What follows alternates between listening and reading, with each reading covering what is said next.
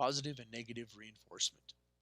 Positive reinforcement rewards the approved behavior to increase the chances of that behavior occurring again. For example, in my classroom, I praise students for completing their work or give them candy as a reward for behaving appropriately. This increases the likelihood that students will behave appropriately in the future. Negative reinforcement is increasing the chances of a desired behavior by removing something that the student wants.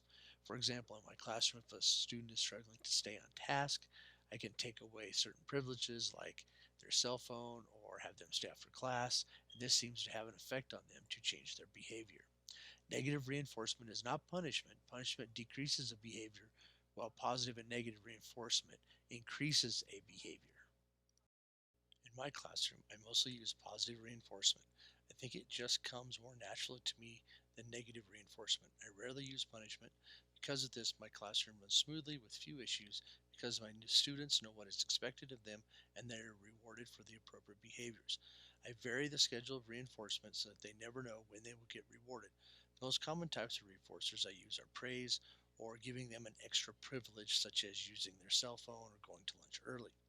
In the future, I will experiment with other types of reinforcers to provide variety and hopefully increase even more opportunities for positive behavior. Reinforcers. Types of reinforcers. There are many different types of reinforcers in the classroom. Examples of social reinforcers would be physical touch or attention. Tangible reinforcers are stickers or toys. Edible reinforcers are food or candy. Activity reinforcers would be having lunch with a friend or extra recess. Sensory reinforcers can be music or lights. The reinforcer must be appealing to the student in order to reach the desired behavior. Not all reinforcers will appeal to all students equally. It is important to vary the types of reinforcement and how often reinforcement is provided.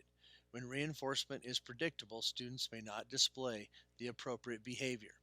When reinforcement is unpredictable, students are likely to display the appropriate behavior at all times, hoping they will get the reinforcement. Schedules of reinforcement. There are 5 types of scheduled reinforcement. Continuous reinforcement occurs when the teacher reinforces the behavior every time the behavior is exhibited. Fixed ratio reinforcement occurs when the teacher reinforces a behavior at predetermined specific number of times, every other time, every fifth time, etc. Variable ratio reinforcement occurs when the teacher reinforces a behavior an average number of times at random, first time, fourth time, eighth time, ninth time, etc. Fixed interval reinforcement occurs when the teacher provides reinforcement after a specified period of time. A student is asked to sit up and reinforced only if he was sitting up after 2 minutes. Variable interval reinforcement occurs when the teacher provides reinforcement after a random period of time, every 3 minutes, then 7 minutes, then 5 minutes, etc. Vary the types of reinforcers. Reinforcers must be valued, preferred, and individualized.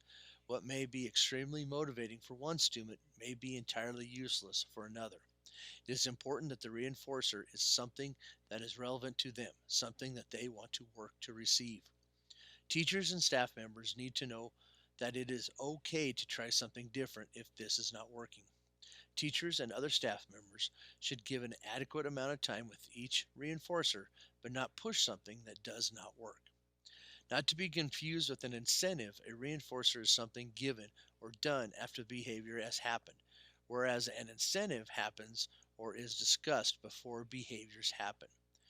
Use the following guidelines when choosing a reinforcer for your classroom. Observe the student. What kinds of activities does he or she seek out, and what objects or events are presently serving to reinforce his or her behavior? Ask the student. When designing a plan to modify behavior, give the student a list of choices and ask what he or she would like to try to earn. For example, if setting up a token system for work completed, let the student choose from a list of activities to find out which he or she is most interested in earning. Monitor, periodically review by observation and discussion whether the reinforcer remains preferred or whether a new one is necessary. And lastly, evaluate, do a formal preference assessment to make sure that the reinforcer is still getting the desired results. Classroom reinforcement. Classroom reinforcement looks different in every room. Many teachers provide a behavior system to help aid in the reinforcer category. These mainly work as individuals, but can also work in groups or classes as well. Some examples of different types of behavior systems that are common in today's classrooms: stoplight system, ladder system, smiley faces, class dojo points, sticker charts, whole group, or individual. Behavior change, developing new behaviors. To develop new behaviors, identify the inappropriate behavior and its function, then state what you want the student to do versus what not to do, and review the definition of the appropriate behavior.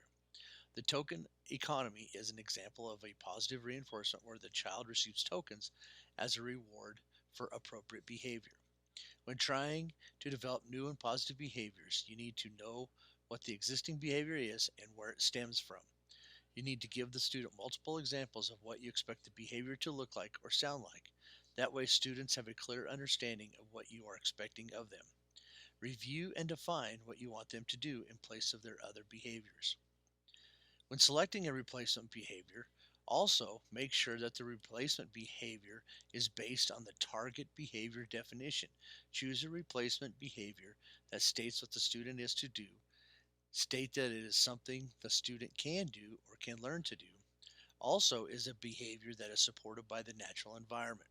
Review the definition to ensure that it describes the actual behavior rather than the outcome of the behavior, and describes an activity or action rather than the absence of behavior.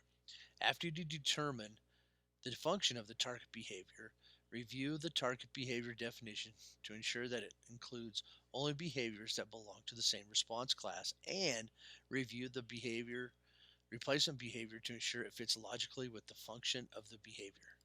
The token economic point system.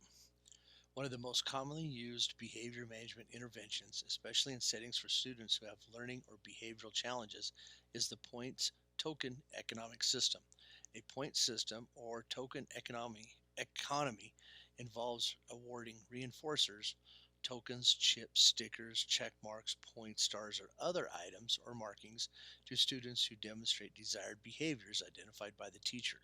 Students may exchange the tokens or points for rewards, which are items or activities desirable to them.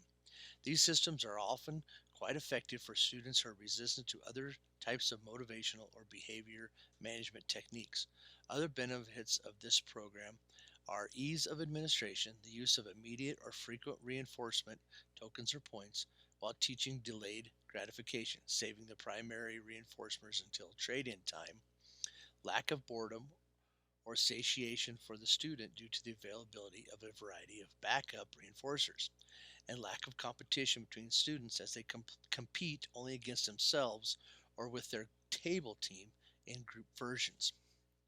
In developing new behaviors with students, the token economic point system offers an alternative to punishment. Alternatives to punishment. Be proactive and prevent inappropriate behavior whenever possible. Provide a win-win solution when resolving conflict. Relocate the student to a different place in the classroom or school for a few minutes. A change of scenery can stop the inappropriate behavior.